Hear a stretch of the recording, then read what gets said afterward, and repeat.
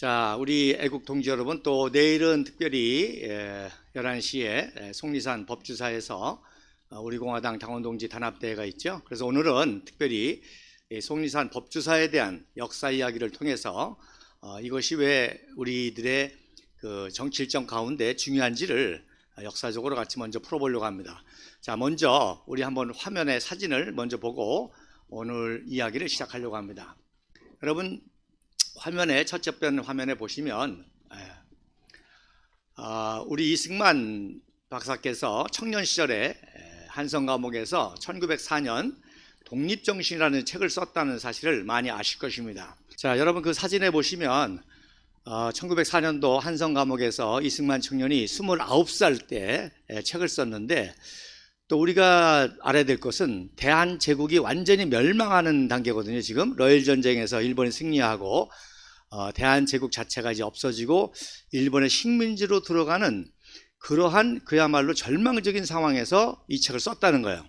근데 놀라운 것은 그 책에 이제 중요한 내용들이 많이 있는데, 제3장에 백성이 힘쓰면 될 일이라는 장이 있습니다. 거기 34페이지에 뭐라고 써놓은 거 아니, 나라를 해하는 자만 나의 원수가 아니라 나라가 어려울 때 이걸 건질 수 없다고 절망하는 나 자신 자체도 그런 마음도 원수라는 것입니다. 그래서 한마디로 말해서 애국심을 갖지 않은 마음은 바로 나의 원수, 즉 나라를 해치고 멸망케 하는 원수나 똑같다는 것입니다. 그래서 결국 대한제국이 왜 멸망했느냐, 의정자나 국민이나 결국 애국심들이 부족하기 때문에 결국에 이제 멸망하게 됐다는 그런 의미도 되겠죠.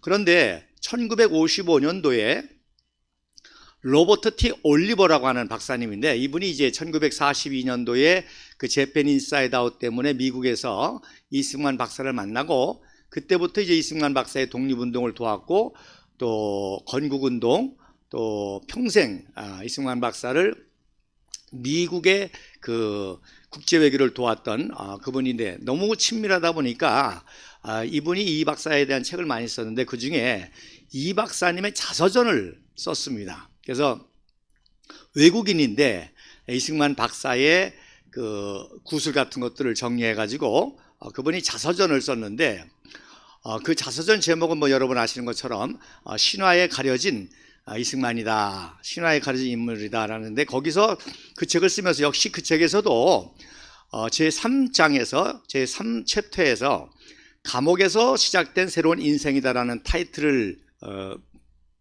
걸어서 이제 자서전의 한 부분을 썼는데, 그 중에 72페이지에 그 독립정신의 그 많은 분량 가운데 이 부분을 그대로 인용해서 영어로 뭐라고 썼는 거 아니?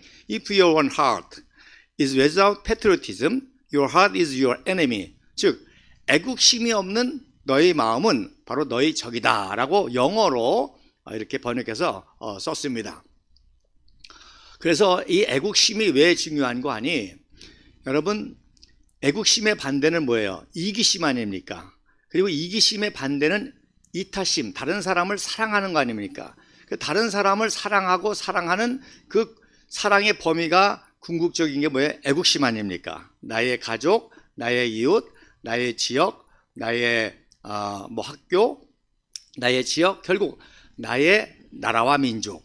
그래서 애국심이 이타심의 큰 그 궁극적인 완성과 같은 그런 거죠. 그렇기 때문에 애국심이 없다는 것은 뭐예요? 결국 이기심만 있다는 뜻이 되겠습니다. 특별히 종교도 마찬가지예요. 기독교든 불교든 애국심이 없는 종교는 결국 뭐예요? 이기주의적인 종교죠. 기복주의적인 종교죠. 나라와 민족이 어떻게 되든 나만 천국 간다, 극락 간다, 나만 잘 먹고 잘 산다, 나의 가족만 잘 먹고 잘 산다, 다 거짓 종교가 되는 것입니다. 애국심이 있느냐에 없느냐가 어떤 의미에서 모든 것의 기준이 됩니다. 애국심이 있는 정치를 하는 사람이 정치가이고, 애국심이 없는 정치를 하는 사람이 정치인이 되겠죠. 그렇게 구별할 수가 있습니다. 또 그 유명한 말 있지 않습니까? 과학에는 경계가 없지만 과학자에게는 경계가 있다. 즉 아무리 천재적인 과학자라 할지라도 애국심이 없게 될 때 그 과학이 바로 세계를 멸망시킬 수 있는데 이용될 수 있기 때문에 그렇다는 것입니다. 자, 저도 이 대한민국의 위대한 역사를 인도네시아의 사람들에게 알리려고 선교를 나갔었는데, 여러분, 선교도요 바로 나의 나라와 민족을 사랑하지 않고 다른 나라와 민족을 어떻게 사랑할 수 있겠습니까? 그래서 이런 나라와 민족에 대한, 자기 나라도 사랑하지 못하면서 남의 나라를 사랑하고 남의 민족을 사랑한다? 다 비즈니스죠. 미션 비즈니스죠. 그래서 이렇게 애국이라는 단어가 단순히 이거 뭐 특정한 사람이 가져야 될 것이 아니라 인간의 근본적인 가치 기준이라는 것입니다. 애국심이 있으면 참된 인간의 삶을 사는 것이고, 애국심이 없다는 건 뭐예요? 다 이기적인 그런 삶을 산다는 뜻이 되는 것입니다. 자, 그래서 그 다음 사진 보면 이게 바로 29세 때 옥중에서 독립정신을 탈구하고 기념 촬영한 사진이 바로 오른쪽 사진입니다. 그래서 월요일 모두 까기 시간 그동안에 이 사진이 함께합니다. 제가 이제 이승만 박사를 연구하다 보니까 우리 국사편찬위원장이셨던 이영희 박사님하고도 자주 이제 소통하고 대화를 직접 만나서 하기도 하는데, 그동안에는 이 사진이 그냥 1904년도, 왜냐하면 이 사진에다가 이렇게 이승만 박사가 1904년도 프리즌 한성 감옥이라고만 메모를 해놨거든요. 그래서 그렇게만 알고 있었는데, 바로 이 사진은 1904년 6월 29일 바로 독립정신을 탈구한 탈구 기념으로 바로 언더우드 선교사나 게일 선교사가 촬영한 것이고, 시간은 바로 오전에 예배를 드리고 오후 2, 3시경에 촬영한 것입니다. 그래서 이 비밀리에 쓴 이 원고를 바로 옥중 동지였던 박용만을 통해서 노끈에 묶어가지고 감옥에서 반출을 하게 되죠. 그리고 LA로 가져가게 되는 겁니다. 그래서 이게 하나의 약간 그 뭐라 그럴까요?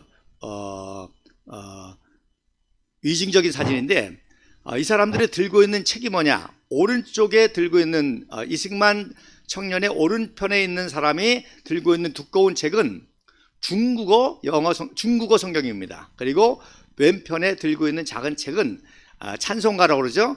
그 당시 이제 찬미가라고 그랬는데 그 찬송가를 들고 있습니다. 근데 그 찬송가에 놀라웠게 9번째에 들어가 있는 곡이 뭐냐? 그게 바로 오늘날 우리가 부르는 애국가입니다. 애국가. 그래서 애국가를 윤치호 장로님도 1896년도 독립문 정초식 때 최초로 이제 국가적인 의식을 하니까 국가급 노래를 작사했는데, 그게 바로 그 당시는 무궁화 노래였습니다. 그리고 독립가라고도 불렸었는데, 이제 나라가 없어지니까 이제 애국심을 고취시키기 위해서 윤치호 장로가 애국가라고, 패트리어송이라고, 내셔널송이라고 그렇게 정리를 해서 오늘날 우리가 부르는 애국가 가사를 정리했는데, 그거를 수록한 책이 바로 요 오르는 책입니다. 그래서 의장인 거죠. 이 사진의 목적은 뭐예요? 바로 독립정신 탈구, 비밀리에 감옥에서 썼으니까. 그래서 당연히 반출이 안 되잖아요. 그러니까 이렇게 사진을 찍고 그 독립정신 책을 노끈에 묶어서 미국에 반출했다가, 이승만 박사가 8월 9일 날 이제 출국을 해서 이제 미국의 특사와 밀사로 갔다가 이제 하버드에서 석사학위를 1910년도에 받습니다. 1910년도 1월 달에 하버드 석사를 받으면서 LA에 대동신서관이라고 문양목 목사, 독립운동가 같은 절친인 문양목 목사가 운영하는 대동서관에서 약 5년 동안 이렇게 노끈에 묶여 있던 독립정신 원고를 가지고 이제 책으로 출판하게 됩니다. 그래서 왼쪽에 있는 사진이 그 독립정신 원고를 묶었던 노끈을 이제 마지막에 이제 이승만 석사죠. 이제 7월 달에는 박사학위를 프린스턴에 받지만 그런 장면이 되겠습니다. 그래서 이 책에 이제 그렇게 기록이 된 거. 그 다음 사진 보면 그래서 이 독립정신이라는 책이 1910년도 1월 달에 대동신서관에서 처음 출판이 됐고, 이제 1917년 3.1운동 2년 전에 하와이 호놀룰루에서 이제 재출판을 하게 됩니다. 그래서 지난번에 그 하와이 30년을 제가 강의하다가 계속 또 이렇게 나중에 이어지겠지만, 그 하와이 30년에 여러분 보셨겠지만 이거 빠뜨렸죠. 그래서 중요한 것 중에 하나가 바로 그때 3.1 운동을 하기 위해서 다시금 독립정신을 재출판한 것이 되겠습니다. 그리고 특별히 이제 독립정신 한글도 이승만 박사가 친히 쓰신 것이고요. 왼쪽에 이제 한자도 친히 효로 쓰신 것이 되겠습니다. 그렇다가 세 번째, 언제 또 출판돼요? 그 전에 1910년도 1월 달에 책이 나왔는데 8월 29일 날 한일합방이 되지 않습니까? 그러니까 한일합방 되자마자 바로 일제가 금서 1호가 바로 독립정신입니다. 그러니까 국내에서 독립정신이라는 책을 소지만 하거나 뭐 읽어봤다는 소리만 들어도 인터뷰 일경에 체포가 되는 최초의 금서가 바로 독립정신이고, 그러면 여러분 아시는 대로 최초의 금지곡은 뭐겠어요? 애국가지. 애국가, 그 다음에 삼천리반도 금수강산이라고 하는 찬송가로 또 불려지는데 바로 남궁옥 선생님이 작사한 그 곡도 이제 금지곡이 되고요. 그 다음에 이제 찬송가 중에서도 독립정신을 고취하는 그런 내용, 국가급적 그런 찬송들은 이제 금지곡이 되게 되겠습니다. 그러면 이제 금지물은 뭐겠어요? 가지고 있으면 안 되는 물건. 뭐겠어요? 태극기죠. 태극기는 소지만 해도 역시 감옥에 들어가는. 그러는데 3.1 운동 때 태극기를 들었다는 것은 엄청난 사실이었던 거죠. 자, 그 다음에 언제 또 출판이 됐는가 하니 1945년 10월 16일 날 이승만 박사가 와서 오자마자 한 달 만에 이제 건국을 해서, 이제는 건국을 해서 국민들을 계몽시키고 독립정신을 회복시키기 위해서 이때 11월 12일 날 출판 서문을 쓰시고 세 번째로 출판을 하게 됩니다. 그리고 이승만 박사가 이제 메가더 사령부에게 압력을 넣어가지고 상해 임정 요원들을 이제 귀국을 시키죠. 그래서 24일 날, 11월 24일 날 이승만 박사가 도움으로 이제 귀국한 김구를 하지 장군에게 소개하는 그러한 사진입니다. 그런데 제가 또 한번 강의를 했지만 국회에서 노무현 대통령 때 국회 역사책을 만들면서 뭐라고 써놨는 거 아니? 이승만 박사와 김구가 같이 왔다고 그렇게 써놨습니다. 엄청난 왜곡이죠. 그러니까 이렇게 종북좌파 역사들이 어떤 의미에서 무모합니다. 이렇게 증거가 있는데도 일반 대중들이 모르니까. 그래서 이승만 박사하고 김구가 같이 왔다고 그렇게 기술을 했고, 여러분 김구가 온 것도 여러분 오고 싶다고 올 수 있는 게 아니잖아요. 지금하고 똑같습니다. 내가 어디 갈 수 있다고 가는 게 아니잖아요. 비자를 받아야만 나갈 수 있고, 비자를 받아야만 올 수 있고, 또 항공편이 연결이 돼야만 올 수 있는데 돈이 아무리 많아도 항공편을 못 끊으면 못 옵니다. 하물며 나라가 없던 미 군정 당시에 중국에서 한국으로 온다?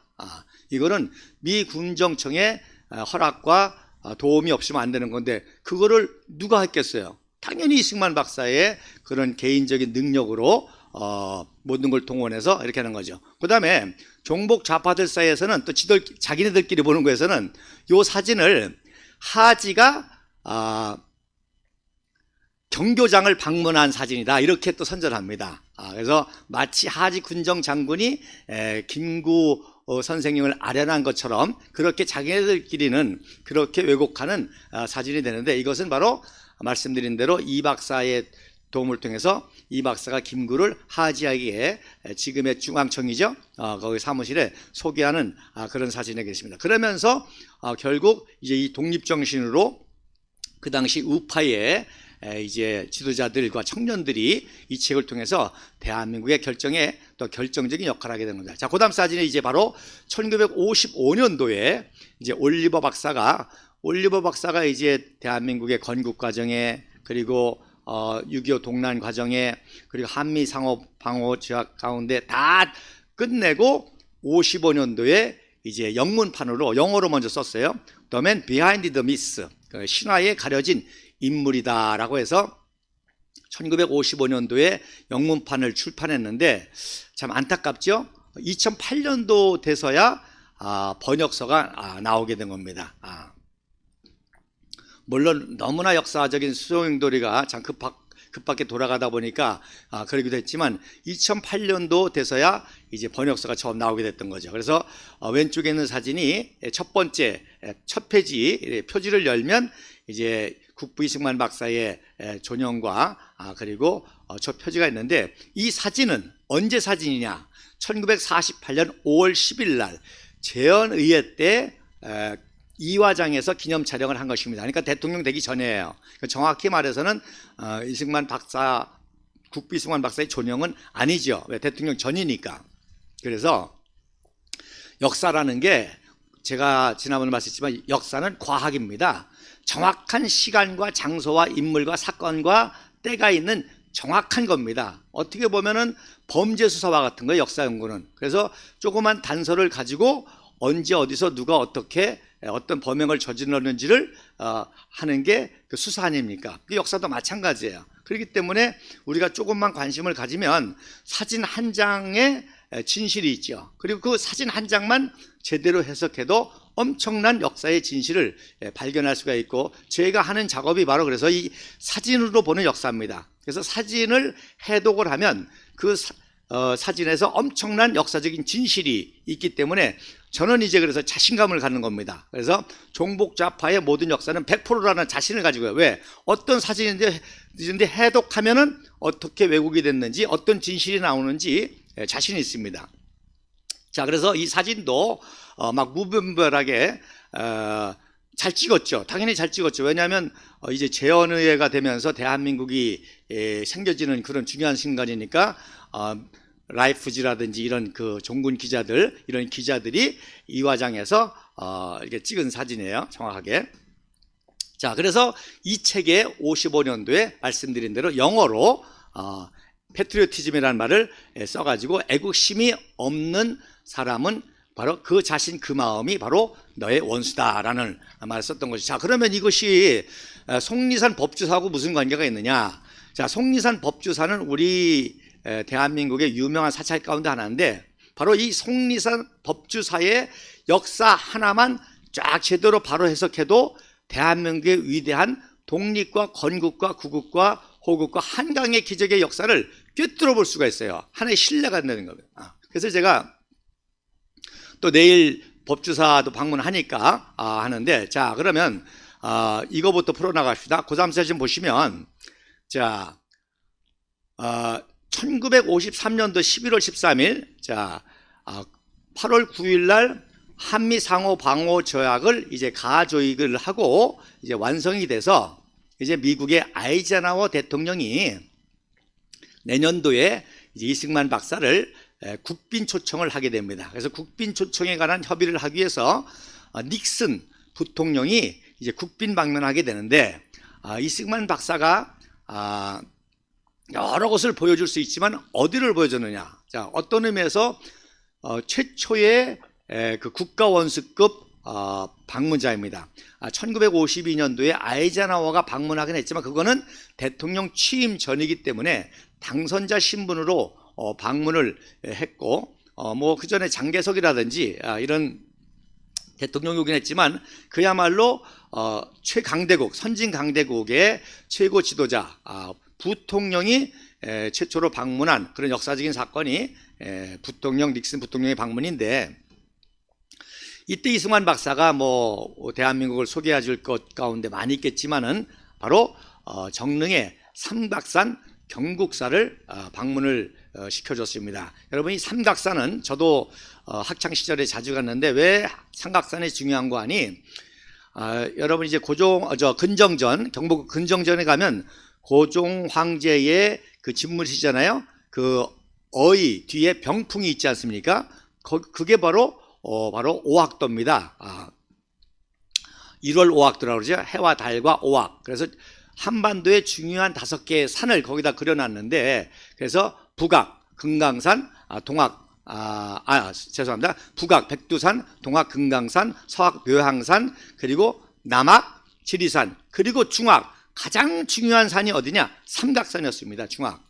그래서 이 삼각산 밑에 서울 수도가 있고, 그래서 이 삼각산이 그야말로 기도의 성지이기 때문에, 여러분 뭐 가보신 분들 아시지만 기도원도 많고 무슨 뭐 기도처도 많고 사찰도 많고 그렇습니다. 아주 뭐 영적으로 신령한 그런 종교적인 성지로 생각하기 때문에 그래서 저도 이제 거기 기도원이 있어가지고 굉장히 험한데 몇 번 갔던 기억이 나는데 거기에 또 이 경국사 그러면 나라의 경사와 같은 그런 경국사가 조원진 우리공화당 대표 있어서 함께합니다. 안녕하십니까 대표님. 거기를 이제 대표 인도했습니다. 지금 청취율 조사 기간인가 하십니까? 그래서 이제 이승만 박사가 공의로 와서 우리 한국의 불교를 소개하면서 이승만 박사는 당연히 비구승 즉 독신 그래서 서양의 신부와 같은 그런 종교적인 역할을 감당하는 비구승에 대해서 이렇게 이제 그 경내의 한 마당에 여러분 왼쪽 사진에 보면 그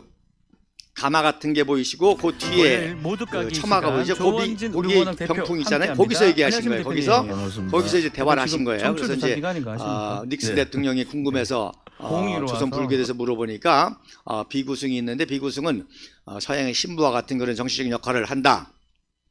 그랬더니 그리고서 이제 그런 대화를 하고서 맞춰서 나오는데 오른쪽에 이제 나오는 장면입니다. 이승만 박사가 나오는데 표정해 보세요. 굉장히 굳었죠? 굉장히 굳은 그런 표정으로 이승만 박사가 이제 앞장서서 빨리 걸어가는 모습이고 닉슨이 따라오는 장면인데 왜 그랬느냐? 못 볼 걸 보셨어요. 뭘 보셨느냐? 그 당시 한국의 불교는 외색 불교라고 그러죠. 일본 불교 즉 대처성 부인을 가지고 있는 승려들이 전 사찰을 차지하고 있었기 때문에 경내에 나오다가 뭘 받는 거 아니? 빨랫줄에 여자의 속옷과 또 브레자라든지 이런 걸 보고 깜짝 놀란 거예요. 그런데다가 또 승려들이 사는 그 옆방에서 아낙네들의 그 웃음소리가 나니까 이승만 박사가 아직 조선의 불교가 대처성을 차지했구나. 그래가지고 근데 자기가 종전에 지금 비구승에 대해서 얘기했지 않습니까? 그러니까 얼른 닉슨을 그 법당으로 소개시키려고 법당으로 인도했는데 법당에 들어가니까 또 아연 질색할 일이 벌어졌습니다. 한문으로 이제 썼겠죠. 오른쪽에는 천황 만세수, 왼쪽에는 황군 무은장구, 즉 태평양 전쟁 시대에 일제가 모든 학교, 교회, 법당 할 거 없이 뭐 이거를 다 현수막처럼 제가 오늘 우리 당사에 와 보니까 우리 이번에 충북에서 활동한 김영태 고문님이 서해 가시더라고요. 그래서 그 진인사 대청명 보고 굉장히 감동을 받았다고 하니까 조원진 대표님께서도 감동을 받았다고 해서 그걸 써주셨는데 오늘 보니까 지금 당사체 앞에 시계탑에 동지 오른쪽에 진인사 대청명 액자에다 해가지고 이렇게 잘 들리는 모습인데 저런 식으로 모든 관공서 뭐 교회도 예배 보려면 저게 오른쪽에 있고 왼쪽에 또 황군 무은 장구가 있고 법당에서 뭐 불당을 가도 그렇고 총독부를 가도 면사무소를 가도 그런데 그게 아직도 법당에 걸려있는 걸 보고 그야말로 이승만 박사가 대노를 했지 대노.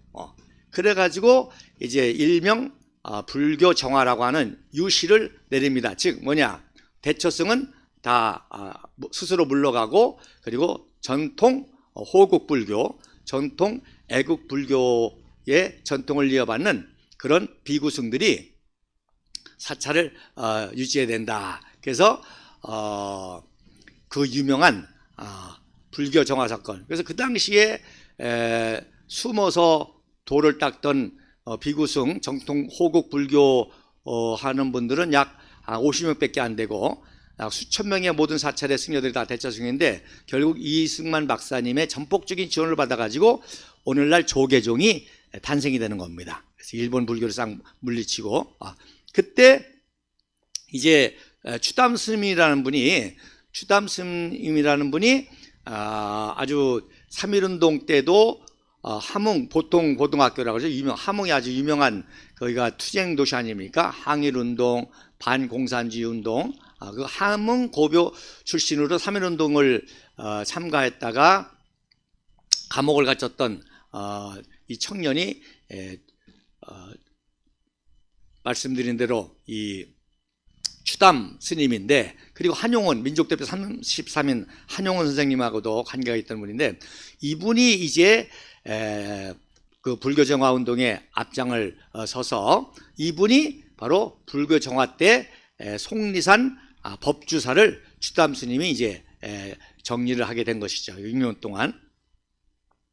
그래서 그게 우리 호국 불교의 대표적인 회복을 상징한 것이 하나가 바로 속리산 법주사가 되겠습니다. 자, 그래서 그 이후로 이승만 박사가 이제 문화재 개별이라고 해서, 그 다음 사진 보면 외국의 사신들이 올 때마다 이제 중요한 명성지를 많이 방문하는데, 이 사진은 1956년, 그러니까 제3대 대통령이 당선이 되고 한 달 후에 이제 미국의 덜레스 국무장관이 이제 축하 사절로, 그러니까 여러분 뭐 삼선 그 4.4.5.2불 해서 이승만 대통령이 4.4.5.2불 해서 3대 대통령에서 장기 집권을 했다. 그거는 종북좌파의 시각이고, 이렇게 정당한 법 절차를 거쳐가지고 국민들이 뽑은 3대 대통령 80%의 지지를 받았어요. 그 당시에 3대 대통령 선거에 80%의 지지. 지난번에도 말씀드렸나요? 그 이승만 박사가 키웠던 신익희가 야당 후보로 경쟁을 했는데 5월 15일 날 선거인데 5월 5일 날 선거 유세 군산에 가다가 익산에 가다가 공주쯤 지날 때 심장마비로 돌아가신 거예요. 선거를 열흘 놔두고. 그래서 조봉암이하고 둘이 대결을 했는데 투표자의 80%의 지지를 받았죠. 그러니까 그때 국민들이 이 박사가 나이가 더 13살이 더 많고 신익희는 젊은데 신익희가 먼저 그렇게 간 걸 보고, 야, 정말 이승만 박사는 하늘이 내신 분이다 라는 것이 그 당시 국민의 분위기였고, 아이젠하워 대통령도 덜레스 국무장관을 보내서 축하 사절단을 보낸 겁니다.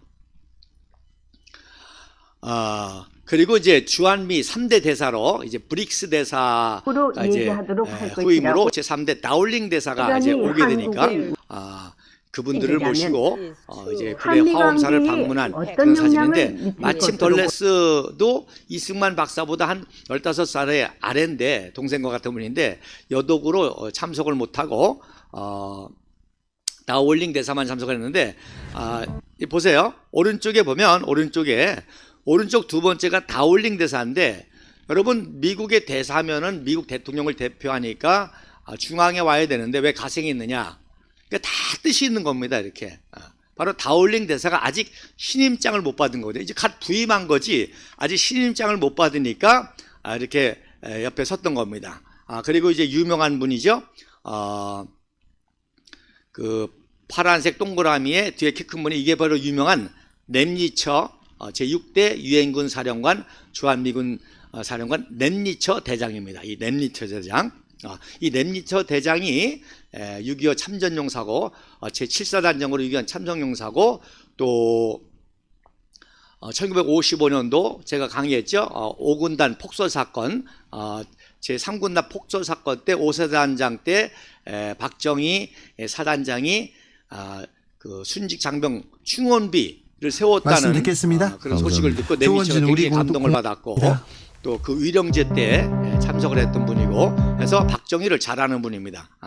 근데 나중에 박정희 장군이 5.16 혁명 때는 이분이 미국의 합참의장이었습니다. 조원직 우리공항 대표와 함께했습니다. 감사합니다. 그러니까 5.16 혁명이 일어났을 때 미국의 군부는 다 5.16 혁명을 즉각적으로 지지했죠. 왜? 박정희를 잘 아니까. 그리고 벤프리트 장군 같이 그 선배들이 이제 국방부에서부터 먼저 로비를 해가지고 자 렘니처, 그 다음에 그 밑에 테일러 대장, 맥그루더, 이런 사람들이 다 6.25 참전용사고 박정희를 잘 아는 사람이고 하니까, 그래서 렘니처가 합참의장으로 이제 그 케네디 대통령을 5.16 혁명은 반공 무혈혁명으로 박정희 믿을 만한 사람이다 설득한 분이 한 분이고요. 그래서 케네디 대통령이 11월 14일 날 국빈 초청했을 때, 여러분 놀라지 마세요.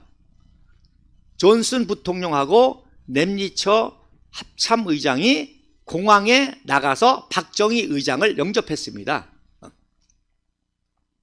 자, 그 다음에 그 옆에 있는 분이 이제 그 유명한 콜터, 콜토 중장인데 이분도 건국 당시에 제7사단장으로 건국을 도왔고 또 6.25 때는 그 제9군단장으로 즉 미국의 기습 남침을 막은 분이 이분입니다. 그리고 그 9군단장으로 북진까지 참여했다가 이제 미 8군 부사령관에 있었는데 이승만 박사하고 워낙 또 아들과 같은 사이니까 아예 나는 예편을 해서 대한민국의 경제 재건을 도와야 되겠다. 그래서 1951년도 8월 달에 이제 예편을 하고 웅크라라고 그러죠. 웅크라 리컨스트럭션 한국을 그 경제개발 복구하는 그 웅크라 단장으로 1969년도까지 죄송합니다. 59년도까지 이제 한국의 경제개발을 이분이 다 했다고 보면 돼요. 그런 쪽으로. 그래서 이승만 박사가 59년도에 이태원에 동상을 세워주죠. 동상을 콜트 동상을. 그러니까 이분도 대단한 분이죠. 동상을 외국 장군을 이승만 박사가 동상을 그러니까 메가더 동상 세워지고 벤프리트는 육사 교정에다가 때 세워지고 그 다음에 이제 그 콜토 동상을 세워줄 정도로 아주 그정 훌륭한 분이 이제 콜토인데 같이 늘 수행을 하고 그리고 그 앞에 이제 정일권 육군 참모총장의 모습이 보입니다. 자, 그 다음에 여러분 초반부에 보셨던 그 영상 한번 다시 보세요. 59년도에 10월 26일 날 이제 이승만 박사께서 친히 법주사를 방문하신 영상입니다. 한번 같이 보시면서 제가 설명을 해드리도록 하겠습니다.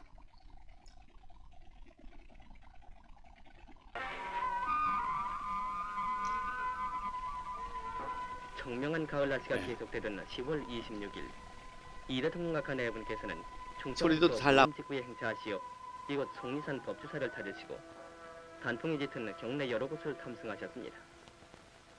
각하 내분께서는 쌍사석 등을 비롯해서 팔상전 등 이름난 국보를 샅샅이 돌아보시고 70여 척의 높이를 자랑하는 미력불상 앞에서는 수행한 여러 사람들과 함께 기념 촬영도 하셨습니다. 이 대통령 각하께서 법주사를 탐승하신 것은 이번이 처음이라고 하며 이곳 속리산 일대는 단풍이 좋기로 유명한 것입니다.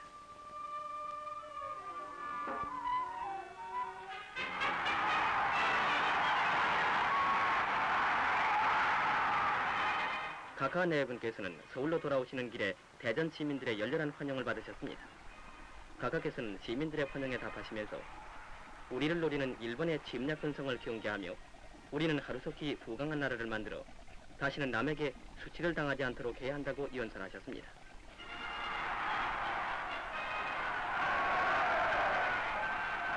태극기 대단하죠?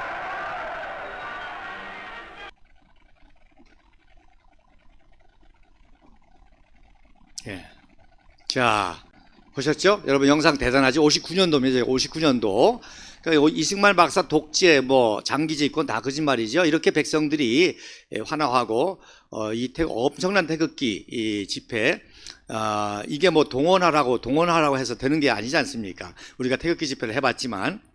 그리고 결국 우리 공화당이 이런 태극기의 역사를, 대한민국 역사를 이어간다는 거죠. 그래서 그 다음 사진에 보면 그 영상에서 여러분 이제 여러 가지 중요한 것들이 몇 가지 있는데, 그 다음 사진에 보면 이제 그 법주사의 유명한 것 중에 하나가 이 팔상정이라는 건데, 팔상정. 그래서 8가지 부처의 그림을 전시했다 그래가지고 팔상전 탑이 유명하고요. 놀라운 거는요, 여러분 보셨는지 모르겠지만 팔상전 앞에 태극기를 개항했죠. 오른쪽 사진에 보면 제가 일부러 캡처를 했습니다. 그래서 태극기 개항, 아마 지금은 안 돼 있을 거예요. 이걸 개항을 해야 제대로 된 법주사가 되겠죠. 예. 그래서 이승만 박사가 방문했을 때 대형 태극기를 팔상정 앞에 개항한 모습이고, 이때 주지 스님이, 제가 조사를 하는 중인데, 추담 스님이 잠깐 조계종 그 교무처 교육부장으로 갔을 때 아마 행담 스님이 했던 걸로 제가 아는데, 이번에 가서 이제 정도 주지 스님을 만나면 역대 주지 스님을 좀 알 수 있느냐 해가지고 제가 확인을 해보려고 그래요. 그분이 이제 안내하는 모습이고요. 이승만 박사 대회를, 그리고 그 뒤에 있는 게 바로 내무부 장관 최인규입니다. 그래서 원래는 이승만 박사가 김일한 상공부 장관을 내무부 장관으로 임명을 했죠. 그래서 이승만 박사 가장 총애하는 아주 청렴결백한 그 김일한 육군 중장을 예편시켜서 상공부 장관을 시켜서 대한민국 경제를 일으켰는데, 이분을 내무장관을 시켜가지고 제4대 대통령 선거를 준비했던 거예요. 근데 이기붕 일파들이 여러 가지 공작을 해가지고 교통부 장관이었던 최인규하고 맞바꿔치기를 한 겁니다. 요 직전에. 그래서 최인규가 내무부 장관이 되고 김일한이가 교통부 장관이 됐죠. 그래서 역사학자들은, 저도 그렇고, 만약에 김일한이 선거의 주무에 내무부 장관이 됐으면 이기붕이가 함부로 그렇게 3.15 부정선거를 안 했을 것이다, 막을 수 있을 것이다, 그렇게 이제 보기도 합니다만, 어쨌든 바로 맞바꾸치기에서 이제 그 최인규가 이제 하는 모습이고, 자, 그다음에 이제 그 법조 유명한 정이품송이라는 소나무가 있습니다. 정이품송이라는 소나무가 있는데, 그 소나무 앞에서 기념 촬영을 했는데, 이제 그 동그라미, 이게 바로 최인규가 같이 수행한 것이고, 오른쪽에 이제 제1군 사령관, 제1군 사령관이었던 송효찬이 이제 육군 참모총장으로 가고, 제1군 참모장이었던 박정희는 바로 제6관구 수도경비 사령관으로 가는 거죠. 가장 중요한 수도경비로 이승만 박사가 1군 사령관에서 박정희를 6관구 사령관으로 옮기고, 또 1군 사령관 송효찬을 육군 참모총장으로 옮기고, 그리고 2군 사령관 최영희가 이렇게 수행한 그런 장면인데, 바로 이 최영희가 담당했던 제3관구가 바로 이 충청권 지역을 장악하고 있었거든요. 그러다가 2군 사령관 했다가 바로 직전에 교육참모부 총장으로 갔기 때문에 최영희 준장이 안내한 사진입니다. 그래서 이 정이품 소나무가 왜 중요한 거 아니, 우리가 잘 아는 세조가 속리산을 방문했다가 여기를 지나가는데 가마가 이 소나무 가지에 걸리니까 어이구, 이 가마가 소나무 가지 걸리니까 조심해라 그랬더니 소나무가 그 말을 알아듣고 가지를 쳐들은 거예요. 그랬더니 아유, 이놈 참 기특하구나. 그리고서 이번엔 돌아오다가 갑자기 폭우가 왔는데 피할 띠가 바로 이 소나무 못밖에 없어가지고 소나무에서 피했는데, 또 가지들이 비를 안 맞게 딱 해줘가지고 세조가 참 충신이다 그래가지고 이 소나무에게 장관급 벼슬인 정일품은 국무총리급이죠. 그래서 부총리급 그 정이품 장관급으로 정이품 소나무를 임명합니다. 탄핵 배신자들이 이 소나무만도 못하죠. 이런 아주 배은 망독한 놈들 말이야. 지금 뭐 장관뿐만이 아니라 지금 대한민국이 소나무만도 못한 그런 놈들이 다 지금 입법사법 행정을 잡고 있지 않습니까? 헌법재판관이 아주 부직갱이 같은 놈들이고, 이 장관들 대야 배신한 놈이고, 여러분 보온이라는 지명의 뜻이 바로 은혜를 갚는다는 겁니다. 은혜를 못 갚을 지언정 은혜를 원수로 갚는 게 뭐였어요? 바로 탄핵파들 아닙니까? 그래서 우리 애국당이 탄생된 거 아니에요? 더 이상 이 배신은 안 되겠다. 그래서 배신에 아주 진절머리가 낸 사람들이 원내에서 조원진 의원, 그리고 우리 태국 국민들이 결합을 했고, 그리고 이 매국, 바로 이승만 박사가 한성 감옥에서 썼던 그 애국이 없으면 매국이다, 애국이 없으면 내 자신도 원수다. 그래서 대한애국당이라고 당명도 줘서 우리가 왔던 거 아닙니까? 자, 그 다음 사진 보세요. 그래서 이 정이품 소나무 지금 기념 촬영을 하고 뒤에서 찍은 그런 모습입니다. 거기에 또 유명한 게 이제 미륵 석대불이라고 높이가 약 33m 되는 이 석대불이 있습니다. 그런데 자, 이 석대불은 원래 속리산 법주사가 신라시대 때 553년도에 진흥왕 때 만들어졌습니다. 그래서 이 삼국통일의 비전을 품고, 그리고 의신 스님이 직접 인도까지 가서 방문을 하고 불경을 하나 가져왔거든요. 그래서 불경을 가지고 그 불경을 안치했다고 해서 법주사가 된 겁니다. 그 법, 바로 인간이 살아야 될 인간의 도리의 근본적인 규범, 도덕, 이 법, 법경, 이거를 가져와서 이거를 안치했다고 해서 법이 있는 곳이다, 법이 존재하는 곳이라서 법주사가 된 거거든요.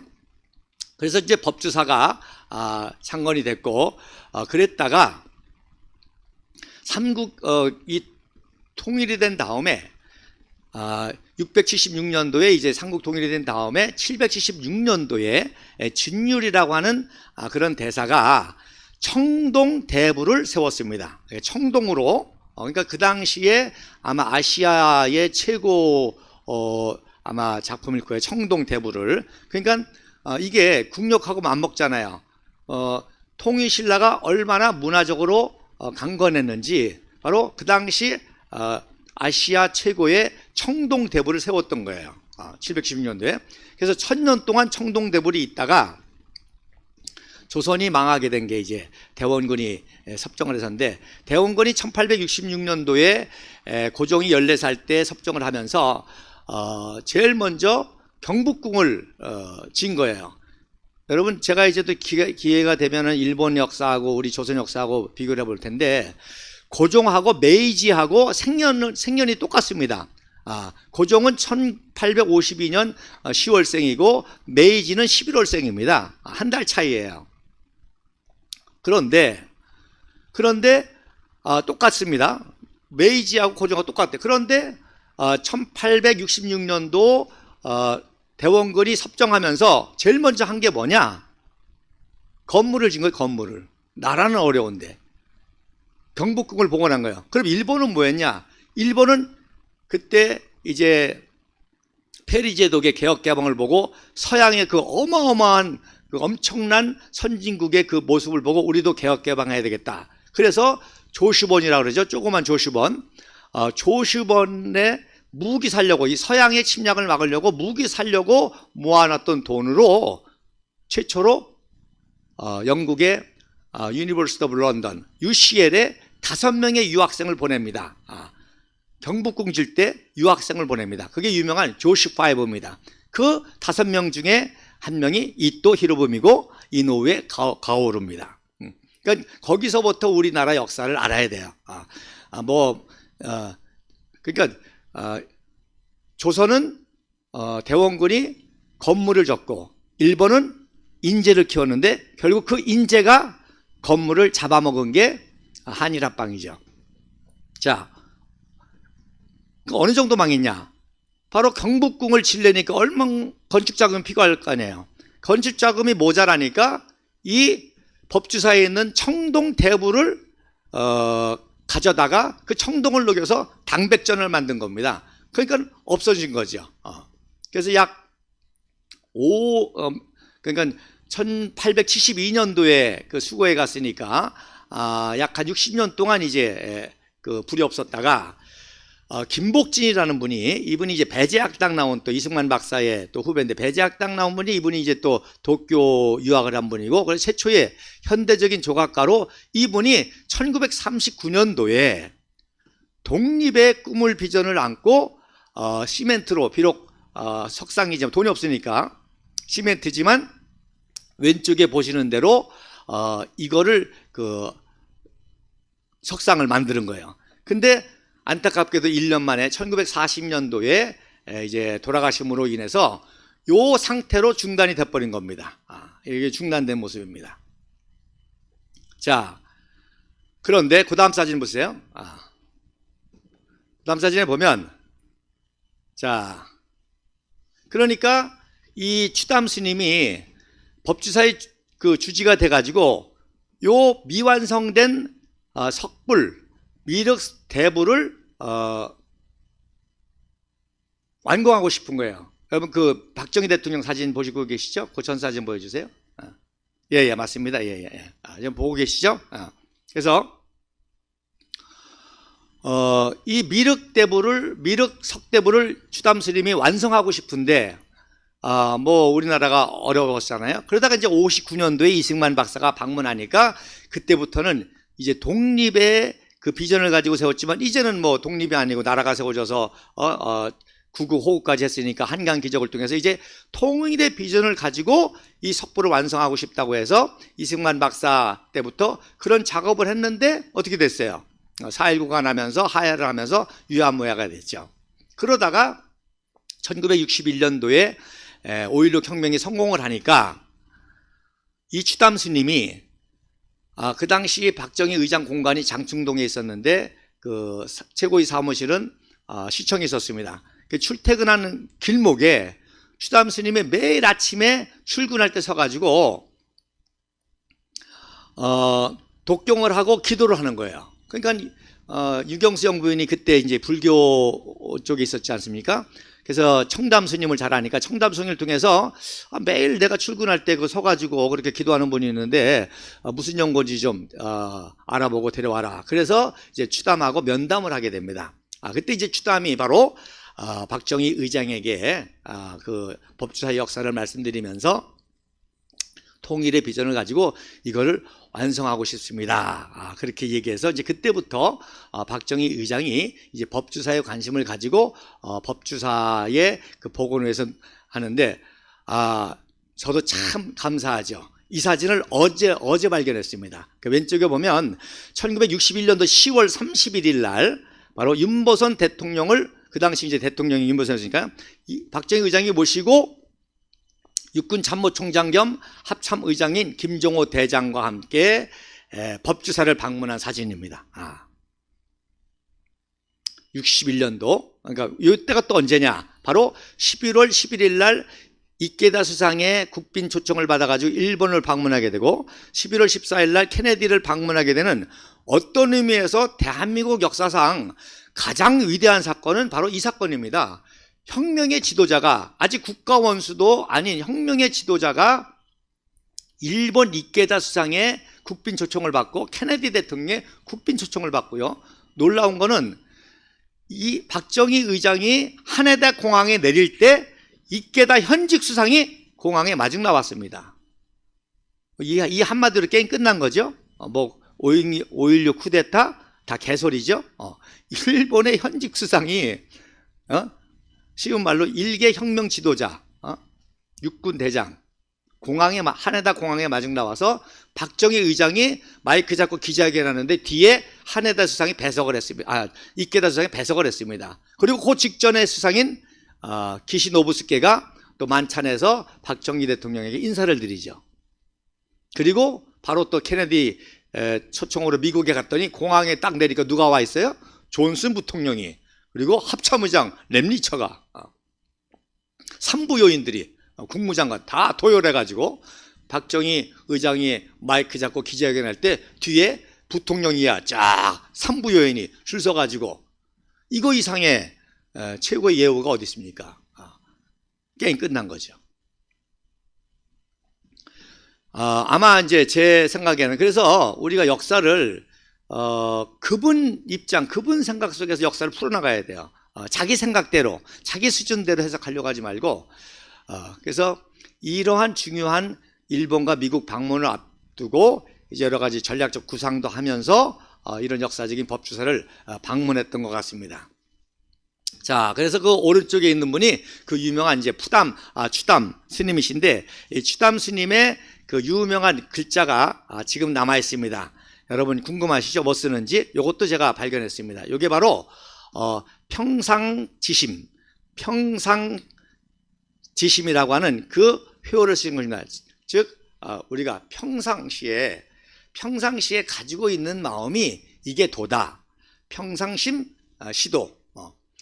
평상시에 마음을 가지고 있는 게 그게 진짜 도다. 뭐 어디 가서 산에 가서 돛 닦고 뭐 40일 기도했고 금식 기도했고 그게 도가 아니라 일상적인 삶에 있어서 버스를 타면서 기차를 타면서 밥을 먹으면서 그게 도라는 거예요. 그래서 평상심 시도라는 말을 이 효어를 막 쓰고 그 다음에 이제 마지막 낙관을 찍기 전에 제가 요거를 해독해 보니까 지금 한자는 정확히 못해서 또 전문가하고 해독하고 있는데 직자를 쓰고요. 그 다음에 요자를 쓰고 그 다음에 심자를 쓰는 그거고요. 그 다음에 이제 추담이라고 이제 쓰게 됩니다.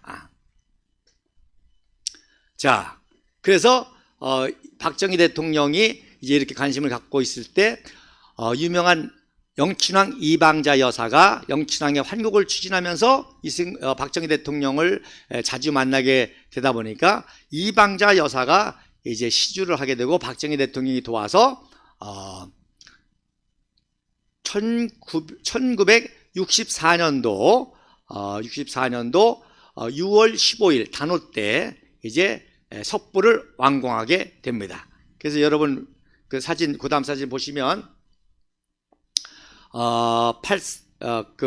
팔상전 옆에 미륵 그 석불이 완공된 모습 보이죠? 머리 위에 이렇게 뭐 쓰여져 있고, 그래서 요거를 바로 박정희 대통령이 1963년도 12월 17일 날 대통령에 취임을 하고 64년도 6월 15일 단오절 때 이제 완공을 하게 됩니다.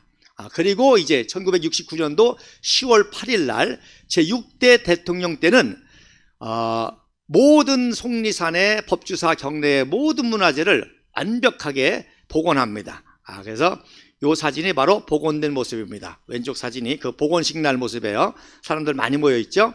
그러니까 이제 그때부터는 이제 속리산 수학여행, 뭐 신혼여행, 또 외국에서도 많이 오고, 그래서 국내외적으로 이제 관광지가 되는 그런 역사가 시작이 됐죠. 그래서 뭐 저 나이 또래라든지 저희 어머님 세대, 아버님 세대들이 이제 속리산에서 기념 촬영한 사진들이 많이 있을 거예요. 저는 그 중에 72년도 사진 하나 이렇게 찾아봤습니다. 그래서 72년도 5월 달에 이제 디딤돌이라고 하는 그런 그 카페에서 그 학생들이 수학여행 간 그런 사진입니다. 그래서 이렇게 속리산 하나만 가지고도 한국의 역사가 정리가 되죠. 그래서 완전히 이때 복원을 해서 이제 관광지를 거듭나게 되는데, 자 그러다 보니까 이제 일본 관광객들도 많이 오게 되는데 아주 유명한 의화가 있습니다. 어느 날 일본 관광객들이 이제 이 팔상전을 보고 경내를 보고 이제 시주라고 그러죠. 이제 헌금을 하게 되는데, 헌금을 하고 가고 그 헌금을 이제 추담 스님에게 보고를 하니까 추담 스님이 그 시주금을 보더니 그 시봉이라고 그러죠. 그 제자나 이제 돕는 그 비서 스님한테 지금 이 시주한 일본 관광객들 빨리 불러오라는 거예요. 그래서 방에서 이제 접근하면서 뭐라고 하는 거 아니? 일본 관광객들에게 당신들이 와서 이렇게 성의 있게 시주를 해서 또 해준 건 감사하긴 한데, 보통 외국에 관광객으로 갈 때는 그 나라 돈으로 환전을 해서 하는 것이 예의다. 그런데 당신들이 이렇게 시주한 걸 보니까 우리 법주사는 역사가 의미가 있는 그런 절이다. 원래 이 법주사가 1000년 동안 있다가 1576년도 임진왜란과 정유재란 때 그때 승병의 본거지가 법주사였기 때문에 바로 전쟁하다가 일본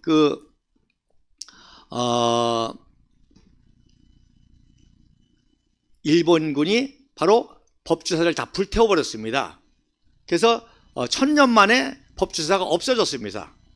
그거를 1624년도에 이제 사명대사하고 벽담 스님이란 분이 다시금 중건한 겁니다. 그러니까 오늘날의 법주사는 그 의신 스님이 만들었던 1500년 전에 그게 아니고, 그거는 임진왜란 다 불타서 없어졌고 바로 임진왜란 후에 사명대사와 벽담 스님이 중건한 게 지금 현재 법주사죠. 그래서 지금도 여러분 내일 가시면 그 경내에 벽담 이 선사의 공덕비가 아직도 있을 것입니다.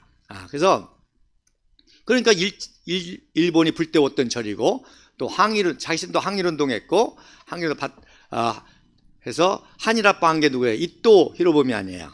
그런데 1000원 애네 이토 히로부미 얼굴이 그려져 있으니까 아무리 그래도 우리 이 법주사가 의미가 있는 역사적인 호국불교, 애국불교인데 이토 히로부미의 얼굴이 그려져 있는 이 시즌을 받을 수 없다. 그래서 돌려줬던 유명한 사건이 있습니다.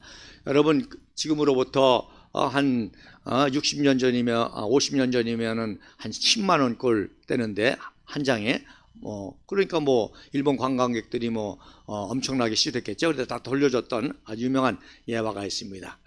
자, 그다음 사진 보시죠. 요 사진이 1935년경 일제강점기 때 속리산 법주사 모습인데 왼쪽 사진 보세요. 자, 없죠? 미륵 석불이 없죠? 청동 석불이 있었는데 고종 황제 대원군이 가장 없었는데 이제 1939년도에 서했던 것이고, 그리고 이제 그 유명한 팔상전, 바로 박정희 의장 때 1962년도 12월 20일 날 이제 요 팔상전을 보물 55호를 지정하고요. 또 사자석등이라고 사자 두 마리가 이렇게 등을 받치고 있는 그 석등이 보물 5호로 1962년도 12월 20일 날 박정희 의장이 지정을 하게 됩니다. 이 팔상전이 왜 유명하냐? 목조 탑입니다. 이건 건물이 아니라 탑이에요.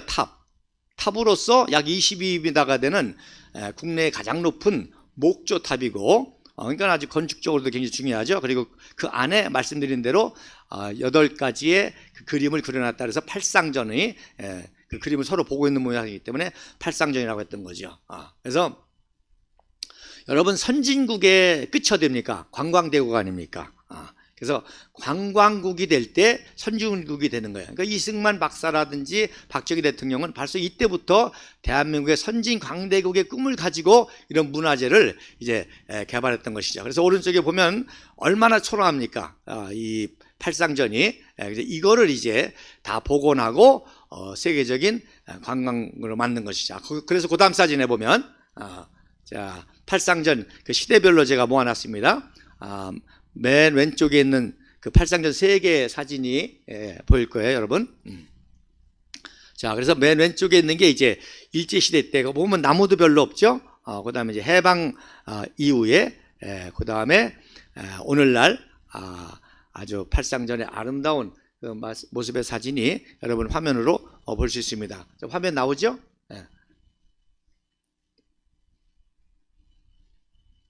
자, 유튜브 여러분 화면 보시면 세 가지 팔상전 모습이 지금 보였습니다. 그래서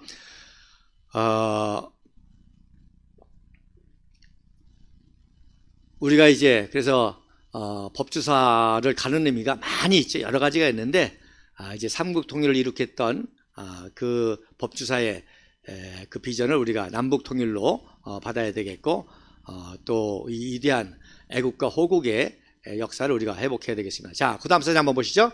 그래서 제가 이미 설명을 드렸습니다만은, 그래서 지금 이게 완공하기 이전에 석불의 모습입니다. 그러니까 왼쪽에 이제 공사하려고 이렇게 나무를 이렇게 해놨죠. 그랬다가 이제 박정희 대통령과 이방자 여사의 기부로 64년도 6월 15일 단오제 때 이제 완공한 그런 완벽한 그런 모습이 되겠습니다. 자, 그 다음에 그 다음 사진, 월드컵 때 그 전에 이제 1990년도에 이제 이 그 석대불이 청동대불로 이제 교체가 됩니다. 그래서 1990년대 이제 올림픽 끝나고 이제 뭐 고도 성장을 할 때니까 청동대불을 완공하게 됩니다. 그러다가 또 2002년도 월드컵 때는 이제 개금불사라 그러죠. 청동이 아니라 완전히 금빛으로, 오른쪽에 보시면 박근혜 대통령 뒷모습에 이제 금박한 이제 금동 대불을 이제 2002년도에 완성하게 됩니다.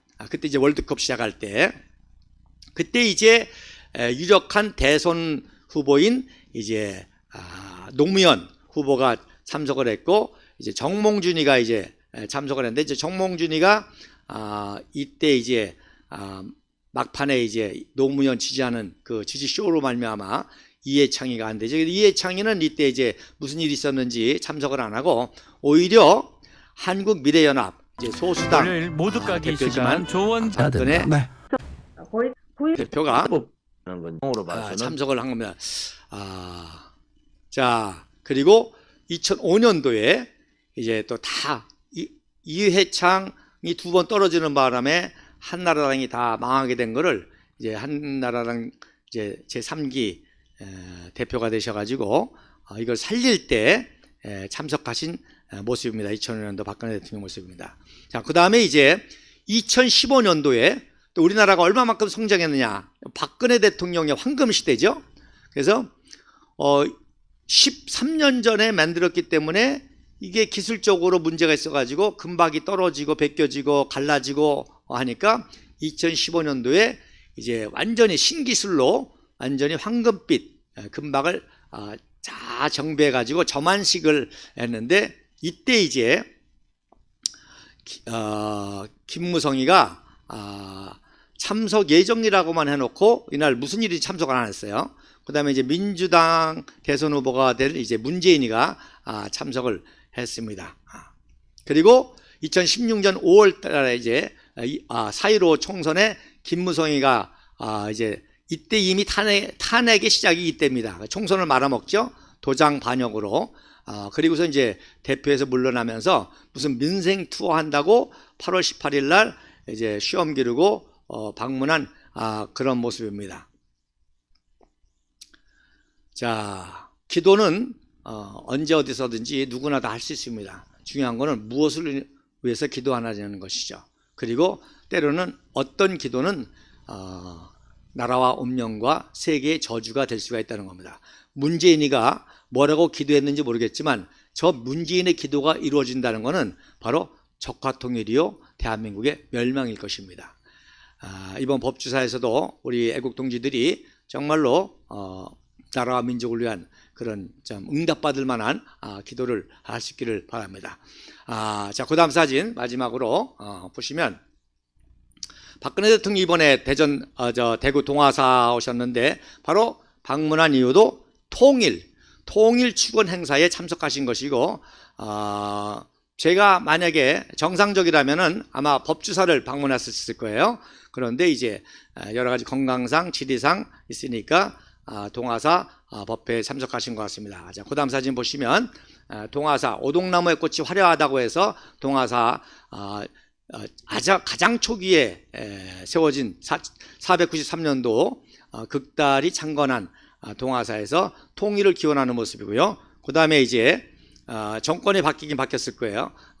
문재인 정권 때 꼼짝 못하던 우리 공화당 외에는 아무런 소리를 못했는데 이제 좀 정권 바뀌니까 이제 그 의원 스님도 박근혜 대통령은 비선실세를 두신 적이 절대 없다. 문정부는 수백만 명이 비선실세다.